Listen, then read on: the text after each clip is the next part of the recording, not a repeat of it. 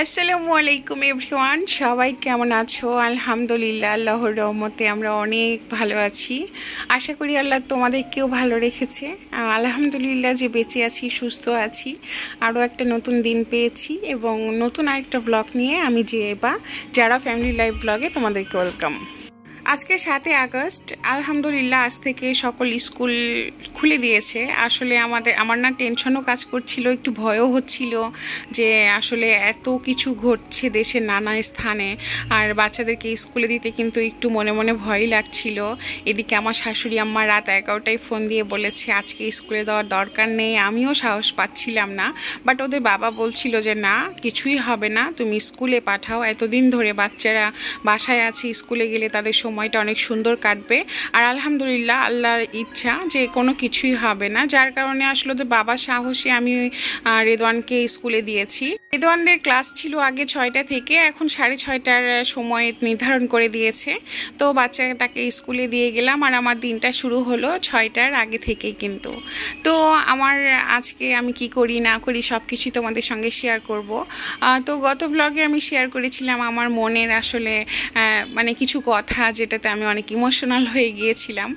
আর এদিকে বাসায় আসার পরে আমাদের নাস্তা হয়ে গিয়েছে। আজকের নাস্তায় ছিল সেই পরোটা, ডিম ভাজি, ডিম পোস্ট।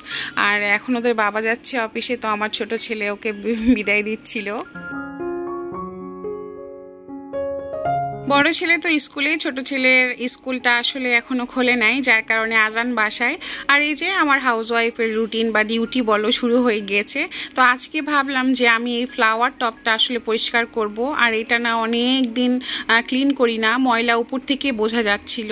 আর এটা কিভাবে পরিষ্কার করলে আসলে সম্পূর্ণ ধুলাটা যাবে আমি বুঝতেছিলাম না।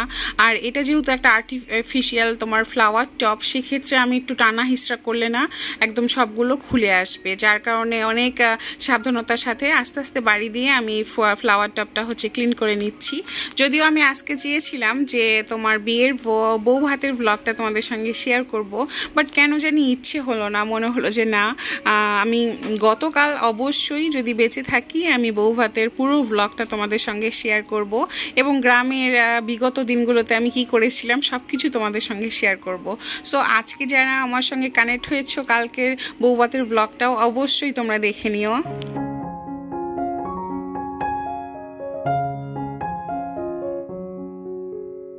আজকে আসলে আমার একদম সকাল থেকে আমি তোমাদের সঙ্গে ব্লগটা স্টার্ট করেছি। আর আমি আসলে সকাল 6টা থেকে একদম রাত পর্যন্ত কি করি সেটাই আমি শেয়ার করব।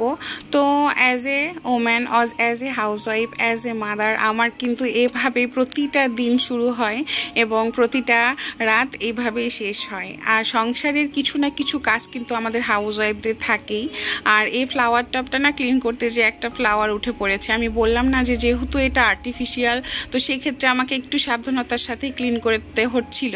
আর ভাবলাম যে আপাতত একটু ঝেড়ে ঝুড়ে রাখি, বাট নেক্সট টাইমে না এটাকে আমি যেভাবে হোক একদম ক্লিন করব, পানিতে একদম ডুবিয়ে ডুবিয়ে, যাতে একেবারে ময়লাগুলো রিমুভ হয়ে যায়।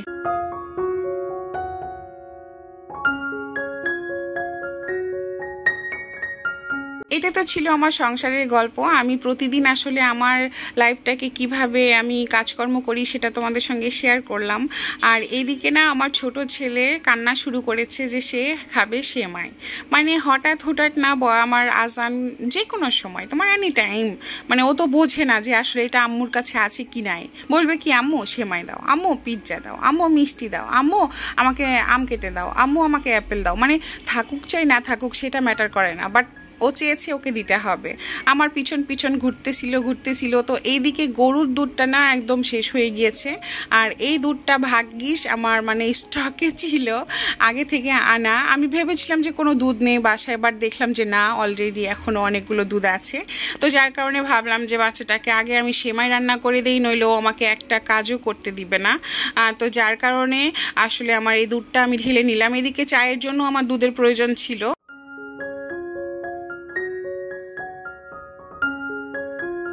যে মহামারীটা বাংলাদেশের উপর দিয়ে গেল বা এখন পর্যন্ত যাচ্ছে, গত ভ্লগে আমার এই কারণে রিজনটা ছিল যে আমরা স্বাধীন হয়েও আসলে হেরে গেলাম।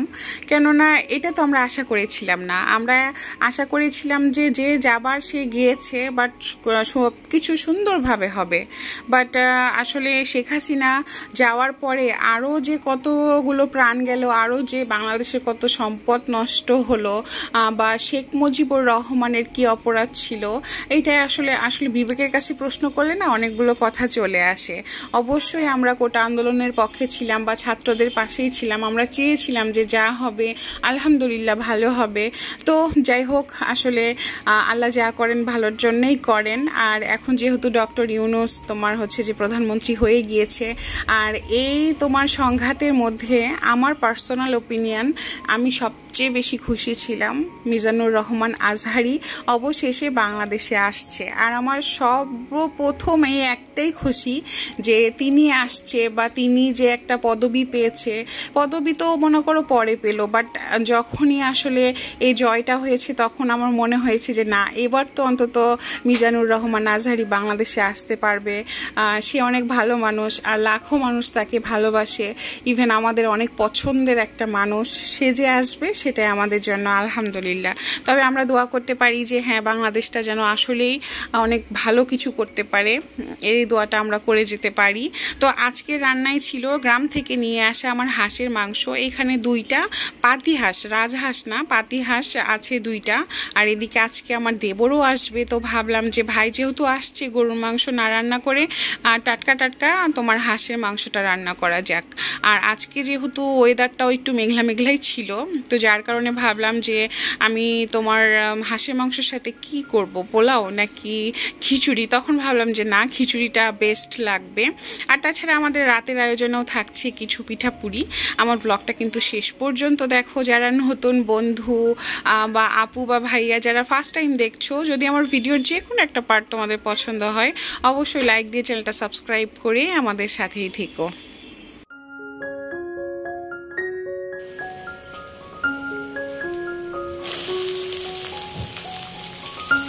তো আমার রান্নাটা আমি স্টার্ট করে দিলাম। আর আমি না তোমার হচ্ছে যে যখন থেকে আমি বাসায় সরিষার তেল এনেছি তখন থেকে আমি ট্রাই করি, বা এর আগেও আমি ট্রাই করার চেষ্টা করি সবসময়ই, যাতে যখন আমি তোমার মাংস রান্না করব বা কোনো রিচ ফুড রান্না করি তখন একটু সরিষার তেল ইউজ করার জন্য।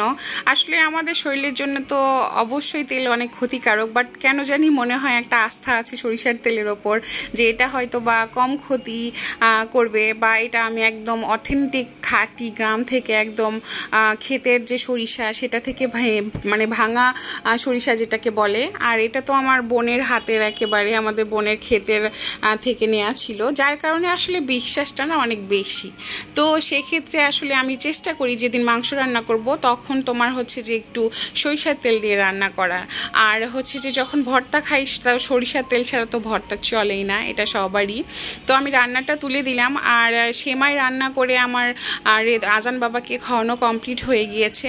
এদিকে রেদওয়ানদের স্কুল ছুটি দিবে তোমার হচ্ছে যে 1টার দিকে। আমার একটু তাড়াও ছিল যে অন্তত মাংসটা কমপ্লিট করে রাখতে পারলে ভালো হতো, তারপরে বাচ্চাটাকে নিয়ে আসার পরে আবার তোমার খাওয়া দাওয়া গোসলের একটা বিষয় থাকে।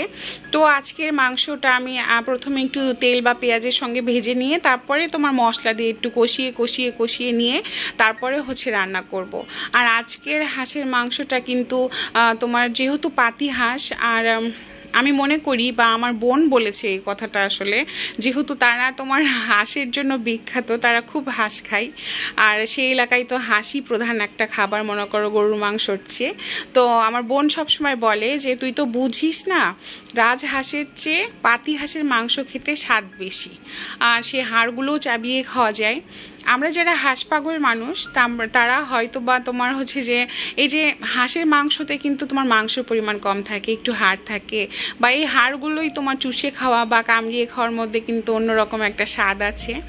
আর এই হাঁসের মাংস দেখলেই কিন্তু আমরা বাঙালি, বিশেষ করে উত্তরবঙ্গের মানুষ, আমরা পাগল হয়ে যাই। মনে হয় যে চালের আটার রুটি বা চিতই পিঠা বা সাতপুতি পিঠা যদি হয়ে যায় তাহলে আর কি লাগে। তো আমার মাংসটা কষানো কমপ্লিট, এখন দিয়ে দিব ঝোল। আর আর আজকের মাংসতে আমি একটু ঝোল রাখবো। রিজন হচ্ছে যে যেহেতু খিচুড়ি দিয়ে খাবো, একটু তোমার ঝোল না থাকলে কেমন লাগে। পোলাওয়ের সঙ্গে তোমার আছে না যে মাংস একটু ভুনা হলেও চলে, বাট যখন তুমি এটা খিচুড়ি দিয়ে খাবে একটু ঝোল অ্যাড করেও তো খাওয়া লাগবে। আবার তার উপরে আজকে পিঠা বানানোরও একটু প্ল্যান আছে, যে মা যেহেতু হাঁসের মাংস রান্নাই হচ্ছে বা আমার দেবরও আসছে, তাহলে বাসায় সবাই আছি, তাহলে একটু ভালোভাবে খাওয়া দাওয়াটা হোক।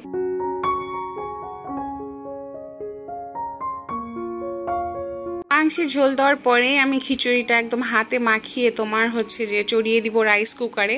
একদম ঝামেলাবিহীন রান্না আমার। আর আমার কাছে তো আমি এর আগেও বলেছি আসলে যে মাছ টাছ বা সবজি এগুলো রান্নার চেয়ে মাংস রান্না আমার কাছে অনেক ইজি মনে হয় যে না, পরিশ্রমটা একটু কম হয় বা ঝামেলা কম হয়। তো এই যে সুন্দরভাবে তোমার কাঁচামরিচ দিয়ে মশলা দিয়ে একেবারে মুসুরের ডাল আর নিয়েছি তোমার চাল, তারপরে মাখিয়ে চড়িয়ে দিব রাইস কুকারে। আর এই খিচুড়ির স্বাদটা কিন্তু অমায়িক হয় সব সময়ের জন্য। আর আমি যখনই তোমার খিচুড়ি রান্না করি তখন তোমার আমি চালের সমপরিমাণ না হলেও তোমার আছে না যে বেশিও দেওয়ার চেষ্টা করি কখনো কখনো ডাল। আমার মনে হয় যে খিচুড়িতে ডাল না দিলে স্বাদ লাগে না আমার। আর আবার অনেকে আছে যে তোমার খিচুড়িতে ডাল ইউজ করতে চায় না, যে না আমার ভালো লাগে না, কিন্তু আমার তো খুবই পছন্দের, মানে ডাল বেশি থাকলেই খিচুড়ি মজা। তো আলহামদুলিল্লাহ আমার খিচুড়িটাও কমপ্লিট হয়ে গিয়েছে। এখন যাব আমার বড় ছেলেকে আনতে। তবে আমার কাজটাকে আমি অনেক সুন্দরভাবে ফিনিশ করার ফলে আমার সময়টা অনেক সুন্দরভাবে বেঁচে গিয়েছে। আর এদিকে আমার মাংসটাও হয়ে গিয়েছে, মানে একেবারে লাস্ট পর্যায়ে। তারপরে হচ্ছে যে আমি জাস্ট একটু চুলায় রেখে দিব।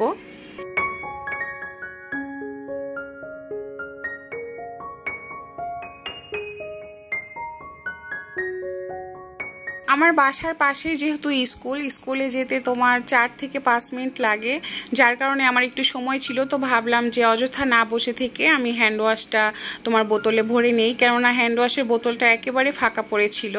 আর এদিকে আমার সঙ্গে আজান তার ভাইকে নিতে যাবে বলে আমার কানের কাছে ভ্যান ভ্যান করছিল। তো আমি বলছিলাম যে না বাবা, আমি যাব আর আসবো, তুমি বাসায় থাকো, নানু তো আছে। আসলে আমি আজানকে কখনো নিতে চাই না কেন, তোমার ভাইয়াকে নিতে যাওয়া তো অনেক দূরের বিষয়, বাট নিচে গেলেই দোকানে যাবে বা এটা সেটা অনেক কিছু কেনার জিদ করে। আর আমি তাড়াহুড়ার মধ্যেই ছিলাম, যার কারণে আমি নিতে চাচ্ছিলাম না। বাট ছোট ছেলে বলছিল যেহেতু বাসায় আছে। আর আজকের দিনটা আসলে তোমাদেরকে যদি আমি একটু ভিডিও করে দেখাতে পারতাম, আসলে এটা আমার ভুল হয়ে গিয়েছে। মানে রেদওয়ানকে ছাড়া আমার আজানের দিনটা কেমন কাটে আমি তোমাদের সঙ্গে না এরকম একটা ব্লগ অবশ্যই নেক্সটে শেয়ার করার চেষ্টা করব। মানে ভাইকে ছাড়া ওর একটা সেকেন্ডও কাটে না। যেই দিন ওর ভাইয়ের স্কুল থাকে বা ওর থাকে না, সেই দিন তোমার আছে না যে আমার কাছে একটু ঘ্যান ঘ্যান করবে বা নানুর কাছে, বা বসে থেকে শুধু টিভি দেখতে চাবে, খেলতে চাবে না। মানে ওর খেলা একেবারে অফ, মানে আছে না যে তোমার চার্জ শেষ হয়ে যায়, ব্যাটারি ডাউন, এই রকম টাইপের আমার ছোট ছেলের অবস্থা হয়ে যায়। একটু পরে জিজ্ঞাসা করছিল যে আম্মু ভাইয়া কখন আসবে, ভাইয়াকে কখন নিতে যাবা, মানে যার কারণে না ওর সময় কাটছিল না। তো ও অনেক এক্সাইটেড ছিল যে ও তার ভাইকে নিতে যাবে আমার সঙ্গে। আর এদিকে আমার মাংসটাও কমপ্লিট হয়ে গিয়েছে। আর এই অবস্থাতে রেখেই আমি আমার বড় ছেলেকে স্কুল থেকে আনতে যাব। আর বললাম না যে আজানও যাবে, তো আমরা যাচ্ছি বড় ছেলেকে নিতে।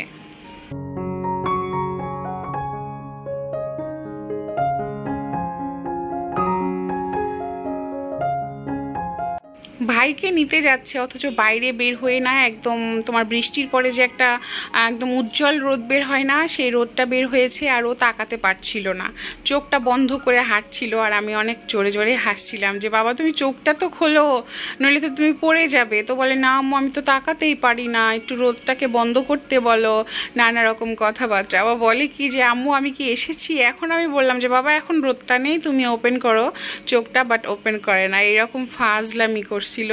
আর এদিকে বাসায় এসে সরাসরি তোমার আজান বাবাকে গোসলে ঢোকানো হয়েছে বা বড় ছেলেকে। আর এখন শুধু খাবারের সময়। তবে সত্যি কথা যে দেশের এরকম পরিস্থিতিতে না কোনো কিছু করতেই ভয় লাগে, মনে হয় যে না জানি কখন দুর্ঘটনার একটা নিউজ আসবে।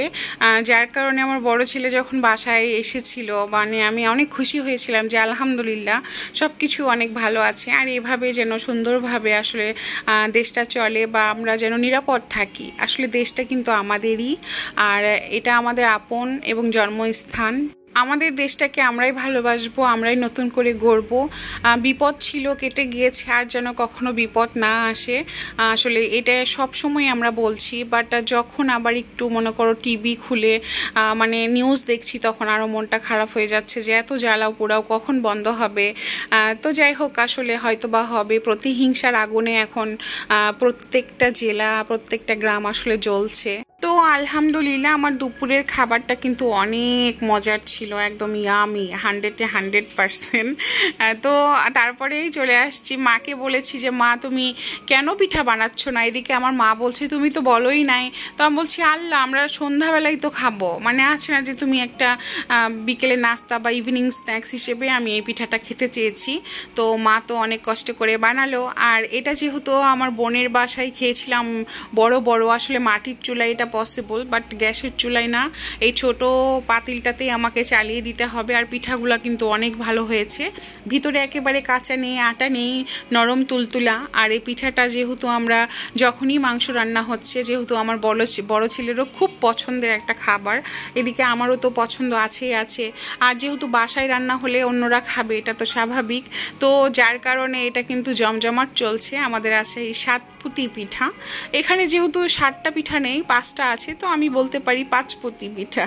তো এই পিঠা কিন্তু অনেক মজা ছিল। আর এদিকে ওদের বাবাকে আমি তোমার মাংস দিয়ে পিঠা দিয়ে পরিবেশন করে দিচ্ছিলাম। এদিকে আমার দেবরও চলে আসছে, তো দেবরকেও পিঠা দিব। আর আমার দেবর কিন্তু ফর দ্য ফার্স্ট টাইম এই পিঠাটা খাবে, কেননা আমার দেবর এইভাবে হাঁসের মাংস দিয়ে এইরকম চিতই পিঠা বা সাতপুতি পিঠা খুব কম খেয়েছে। চিতই পিঠা খেলেও তোমার আছে না যে এই পিঠাটা কম খেয়েছে, যার কারণে একটু নতুন নতুন খাবার আসলে খাওয়াতে খুব ভালোই লাগে। আর হাঁসের মাংস দিয়ে এই পিঠার স্বাদটা কিন্তু একেবারে অমায়িক। যারা খেয়েছো তারা তো জানোই, আর যারা খাও নাই তারা অবশ্যই ট্রাই করে দেখতে পারো। আসলে এই পিঠা আর চিতই পিঠার মধ্যে একেবারে পার্থক্য নেই, জাস্ট সাইজ বা ডিজাইনটা একটু অন্যরকম, যার কারণে নামটাও একটু ভিন্ন। আর চালের আটার রুটি দিয়েও কিন্তু অনেক মজা লাগে, খুবই মজার সুস্বাদু একটা খাবার। সো আজকের এই ব্লগটা কিন্তু আমার এটাই ছিল, as a mother, as a woman, as a house wife আমার লাইফস্টাইলটা তোমাদের সঙ্গে শেয়ার করেছি। কেমন লাগলো অবশ্যই জানিও। আর হাঁসের মাংস রান্না, ভুনা বা তোমার আছে না যে ঝোল, যদি তোমরা রেসিপি চাও আমি রেসিপিও তোমাদের সঙ্গে শেয়ার করব, এটা আসলে এমন কিছু না।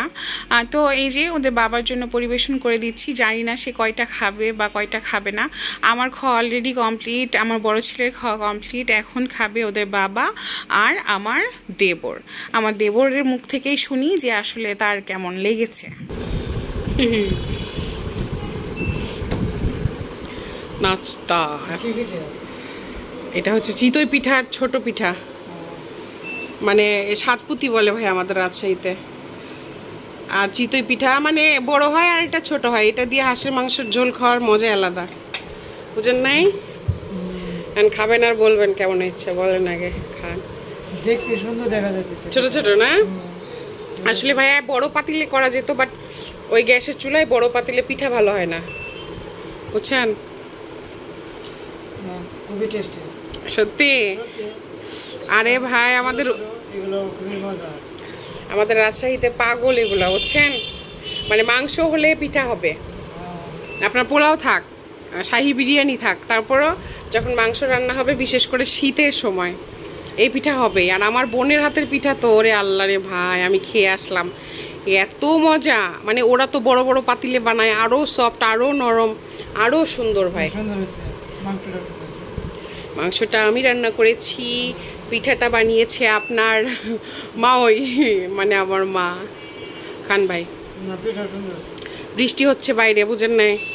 হাঁসের মাংস আর হ্যাঁ আপনার একদম আটা টাটা নাই তো, একদম সুন্দরভাবে হয়েছে পিঠা, পুরোটা খাবেন।